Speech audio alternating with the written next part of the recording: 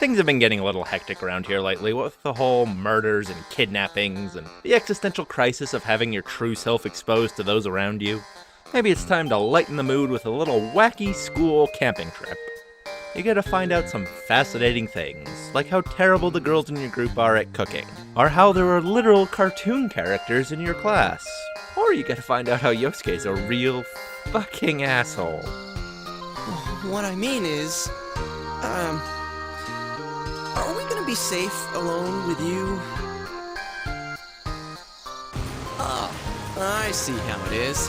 We put up with your dinner, we save you from King Moron, and you won't even have some fun with us in the river. And since you owe us, we can give you some skimpy outfits and ogle you like pieces of meat. It's just fair. That's it, Yosuke, you are benched for the rest of this game. In any case, that was fun. Back to murder investigating. As soon as you get home, you find that the news is covering an idol by the name of Rise Kujikawa. It seems she's taking a break from the idol life to go back to her hometown, Inaba.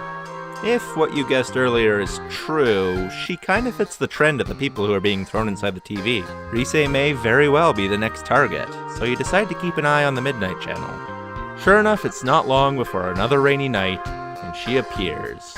You decide to head to her house to try to warn her about what's going to come her way. It also seems that the police are getting involved as you run into both your uncle and Adachi. Are they also perhaps coming on to the fact that the victims are all people who appeared on TV? In any case, you head inside where you meet Rise. She's pretty quiet for an idol and honestly just seems really tired. Are you guys fans of mine? I wouldn't say we, but yeah. Dude here is a big fan. You little... Why'd you let that slip? Her curves, her posture, even her beautiful slim legs. You finished checking them out yet, or what? High five, man. You are on the team. In any event, you warn her about her potentially being a target. She thinks that you might have the wrong person, but she does thank you and promises to be careful. She does seem a fair bit happier when she realizes you're not just some people looking for an autograph. Unfortunately, that night, Rise is still on the TV, although it's still blurry, so she probably hasn't been thrown in. So the next day, you decide to stake out the house in the hopes that you might be able to catch the killer in the act. While doing this, Adachi shows up. It seems your uncle sent him to tail you and keep an eye on you. You roll with it though and spend the better part of the day hanging out in front of Rise's house. As you survey the area, Yukiko suddenly notices something. A man climbing a telephone pole. The man, suddenly under scrutiny, runs away and you all give chase. It's not long before you manage to corner him. He pleads innocence, claiming that he just wanted a picture of Rise's room. But Adachi steps forward and 100% confirms that this is the killer we've been searching for. He cuffs the guy and drags him off to the precinct. Well, that's that. Case closed.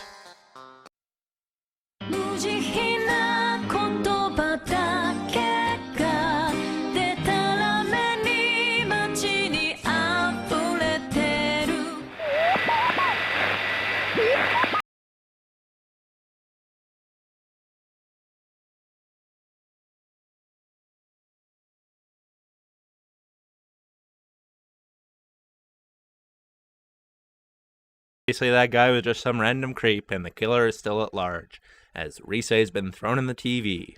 Once again, it's time to enter and save Rise. Her dungeon is, Huh. So this is a strip joint, huh?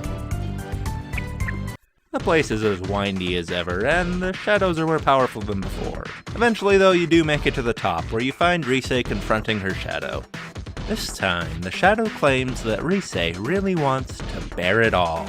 She really wants to show the world her true self, behind that fake persona she made up. The true Rise, not Reset. You're not me!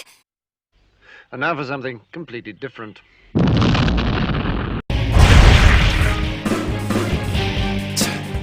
Here we go! And once again, the shadow attacks. This time, a sexy rainbow satellite dish. The fight goes pretty smoothly for the most part, but eventually she does a weird scan of your party. seems like she's able to read your weaknesses and predict your movements. Suddenly, your attacks just can't seem to connect no matter how hard you try. Your party is driven back into a corner. There's really nothing you can do. If your attacks can't land, you're destined to lose. Is this really where you're gonna fall? Get ready for a Kamehameha wave, super style! Kamehameha!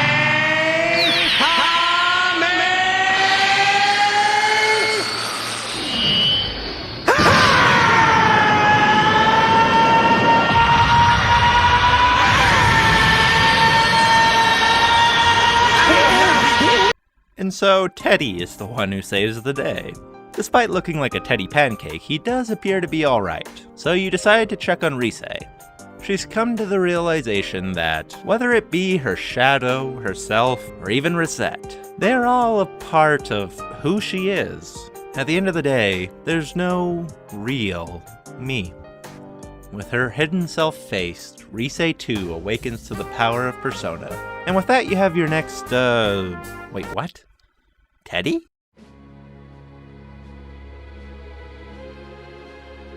It would seem that Teddie has been harboring some dark thoughts. Thoughts that he's been afraid to accept and denied. Shadow Teddie claims that the truth is a fruitless endeavor. There is no truth to be obtained, no grand answer to make everything better. The only thing one needs to accept is to live in blissful ignorance. That is much better than struggling for a truth that does not exist. Teddie is hollow, nothing, an empty vessel. He does not have some hidden past. There is no past. That's a lie! Shall I spell it out for you? You are but a mere... I said shut up!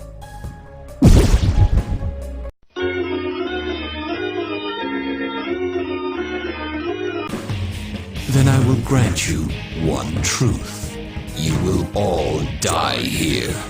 You sought the truth, only to find death. And so the shadow attacks. The totally crucial support that Teddie provided will now be provided by our newest party member, Rise, the flirtatious idol. Shadow Teddie has an honestly pretty scary looking visage, but a pretty predictable attack pattern. After dodging all his superpowered attacks, you eventually manage to bring him down. Teddie accepts that the shadow is indeed a part of him, and surprisingly, it turns out that even a being like him is able to obtain the power of Persona. And with that, he officially becomes a member of your party, the annoying but sincere fuzzball Teddie. You take the exhausted Rise home. For now, all you can do is wait for Rise to get better. In the meantime, you have a few conversations with Saki's depressing brother. You also get a job as a janitor at a hospital. While there, you meet a rather naughty nurse. Oh, baby. Oh god, it actually is going in that direction. I gotta go.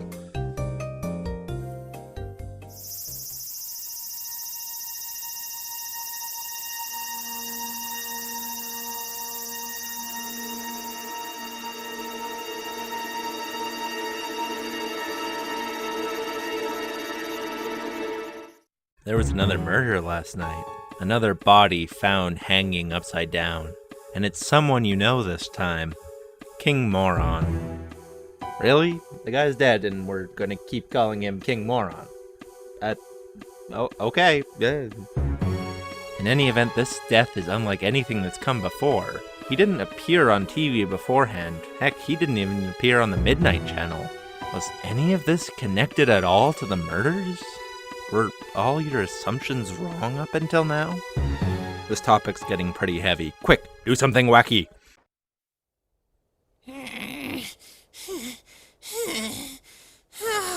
It's so hot!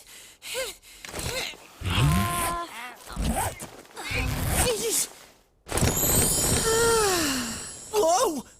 What the? My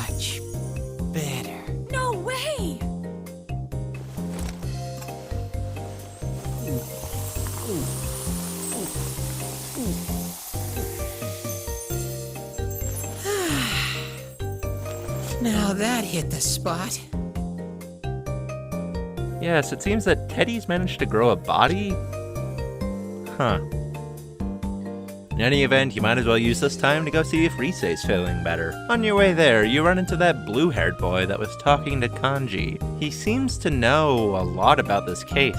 He even seems to recognize that all the victims appeared on TV before disappearing. In any event, you finally get to meet with Risei. She also doesn't remember anything that happened. Great. But she at least seems healthy, and she's quite happy to join your group. She thanks you for saving her life and shows off a little of that idol charm that made her so famous. That night, Nanako is worried about Dojima, what with a new victim appearing.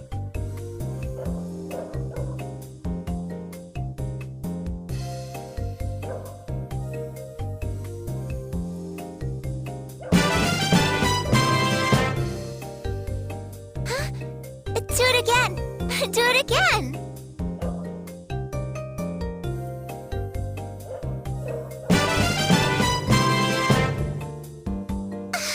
It moved! Hey, how did you do that? Tell me! The next day, you get to meet your new homeroom teacher that'll be replacing King Moron. Whoever it is, it can't be worse than him, right? Good morning. I'm Noriko Kashiwagi, your new class teacher starting today. You all probably know already, but now that Mr. Morooka has passed away, I'll be taking good care of you instead. Honestly, what is with this game and its minor characters? Anyway, after school, everyone meets up to discuss what to do about the case. You try to figure out what King Moron's death had in common with everyone else. Maybe it has something to do with your school? But before you can get far with that line of logic, you're greeted again by that blue-haired boy, Naoto. He informs you that the police have already found a suspect in the case of King Moron's death. Naoto knows this because he himself is a detective who was hired to investigate this case. He doesn't really give any reasons, though, for why he would tell you this. It really does seem like Naoto has some suspicions about you. Still, the suspect has been identified. Honestly, your job is done. The case has been solved. It's a little anticlimactic, but good game. No, of course not. After some exams and a brief date with death, Adachi accidentally reveals that the police can't seem to track down the suspect. You're not really sure what it is that you can do, but at least for now you better remain vigilant. After a few more days, a rainy night appears, and the Midnight Channel once again returns.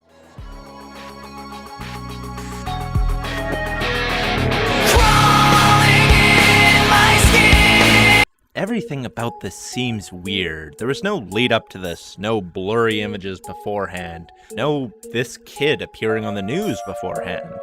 What if he is the killer? What if, because the police were on his trail, he was forced to hide himself inside the TV, the only place they possibly couldn't get him? When you go inside the TV to search for him, Chie suddenly remembers. He's the guy from the first day you went to school who tried to ask Yukiko out on a date. It also seems like he has ties with Risei and Kanji, two other people thrown inside the TV. Maybe he really is the killer. You head inside his dungeon, a video game. The layout has a few more obstacles to overcome, but it also has one of the most bopping soundtracks in the game to go with it.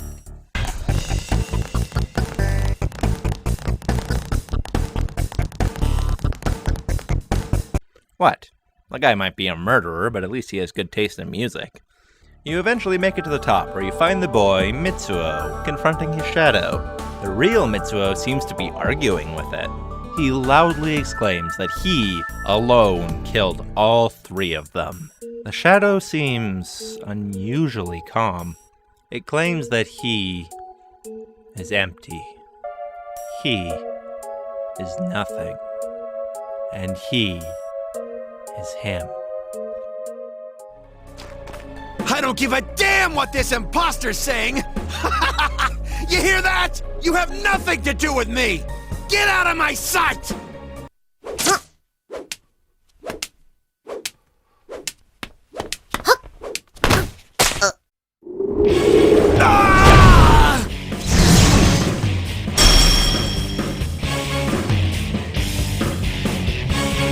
Damn it, here we go again!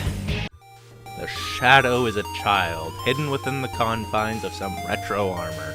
It throws out a variety of powerful attacks in both forms, and is honestly kinda tough if you don't train up a bit. But eventually you manage to bring it to the ground, and the thing does fall. Afterwards, you confront Mitsuo. He admits that he killed all the murder victims. Upon hearing this, the Shadow vanishes. He claims that he did it all for fame. He didn't really target anyone for any particular reason. He just did it because he could. What an asshole. You turn him over to the police, where they can deal with him. But, at last, you've really done it. You caught the guy. I mean, he admitted it himself. You might as well take this time to celebrate. With your spirits high, everyone decides to come to your house where you can celebrate with Nanako and face your greatest trial yet. The girl's cooking.